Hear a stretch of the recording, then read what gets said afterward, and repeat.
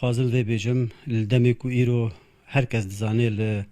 Kurdistana Sûriye li Rojavayê Kurdistan danûstandinên çê dibin û gelê me hemû wê guhdara wê li hêviyê ku levhatiyeke neteweyî çê bibe ev levhatina hane bibe sebeb ku gelê me vegere ser warê xwe û Kurdistana Sûrî jî ji nû heva ava bike ev êş û janekî kişandî di va salê borî de bi dawî bibin. Em dibînin ki kesekî weke Erdal Xelîl ku di serê heram de yê tev demê de cî digire û xwedan biryara derdikeve bi vî şiklî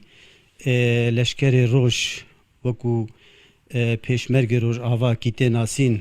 kî bixwe hêvî û umîda gelê Kurdistanê ye tiştekî muqeddes e li cem gelê me bi çetetiyê bi nav dike bi rastî tiştekî gelekî kirêt e tiştekî cihê şermezariyê ye wekû ku tê zanîn leşkerê roj li demekî hatî damezrandin heta roja îro ji xortê Kurdistana hatina damezrandin hemû bixwe bi îrada xwe tevlîvî leşkerî bûne hedefê we yek hedef hebûye parastina xak û xelkê Kurdistanê parastina alaya Kurdistanê ew alayekî Qadî Mihemed li Cumhuriya Mehabat bilind kirî û paşî jî wekû emanetekî teslîmê Mala Mustafayê Nemir kirî û heta roja îro hûn dibînin ev destkeftiyê mezin ji bo Kurda hatî ava kirin ew alaya ku bi hezara bi milyona xortê Kurd xwîna xwe di ber de rijandî leşkerê roj îro ew alaya danîye ser milê xwe ku wê hêvî û umûda gelê Kurd li Rojava jî pêk bîne her wiha ew leşkerekî li demekî Kurdistan ketî xeteriyê de nehezên gelê Kurd hicûmê Kurdistanê kirî bi sedê şehîda dayî bi sedê birîndara dayî û bi dil û can şer kirî û destkeftiyê mezin pêkanî têkî vî şiklî bi nav dike û her wiha me ettîham dike ku înû em girêdayîna bi mîtê Tirkî ve em cihekî dîve bi rastî cihê şermezariyê re piştî wê divê em bi nav bikin çetekîne çete ewin evekî bi zorê dest danîne ser mal û milkê xelkê û gelê Rojavayê Kurdistanê hiştin ku derbibin li deriyê Ewropa bixin û bi hemû alê dinyayê ve mehacir bibin ewin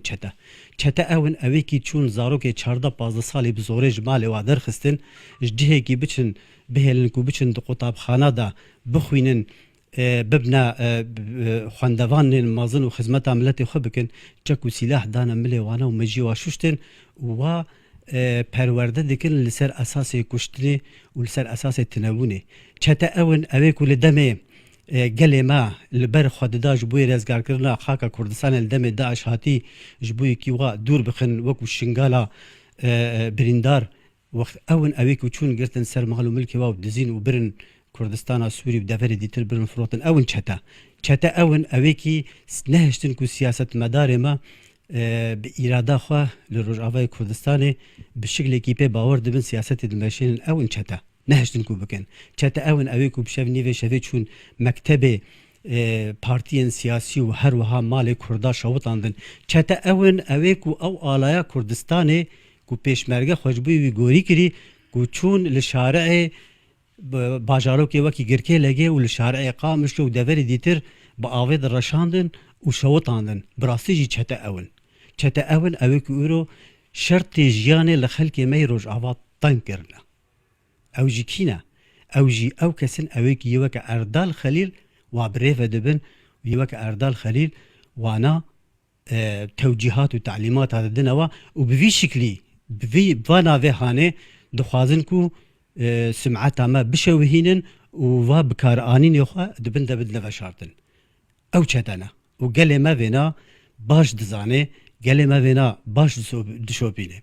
dîsa em dikarin vê bêjin daîmen me ew dikin yanî wextekî dibêjin ew ê mîtê Tirkî ne em ne ew ê kesekî ne em wekû leşkerê roj kakilê projeyê netewî Kurdistanî ne em li ser rêbaza Barzaniyê Nemir'in Barzaniyê Nemir wê xuya ev rêbaz çi destkeftî ji bo Kurdistanê bi dest xistina em amadena tim û tim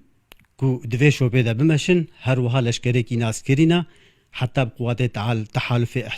ihtiraf me kiriye û cihê şahnaziyê ku îro em li vê de ne me tedrîbatê xwe li ser destê efserên Kurdistanî dîtine. Li ser destên dibatê Kurdistanî dîtine cihê şanazî her wiha ev hêz û himeta vî leşkerî bu cihê balkêşê ji bo hêzên navneteweyî ku car carme hatina di aliyê leşkerî de jî em perwerde kirine. Ev na tiştekî ne gelekî عجیب کو یک رابه بیجه چما وهاتیه کرن جبر کو وی لشکری خو اثبات کریه لو ما ام دبیجن بلا دف واتشتی خو بردن هیویا گلی ما تشتکی دیتره بلا تشویشا نیخن سری وانا دا و بلا بهتر مساجی ما او بن کو ام گلی خو بگهن یک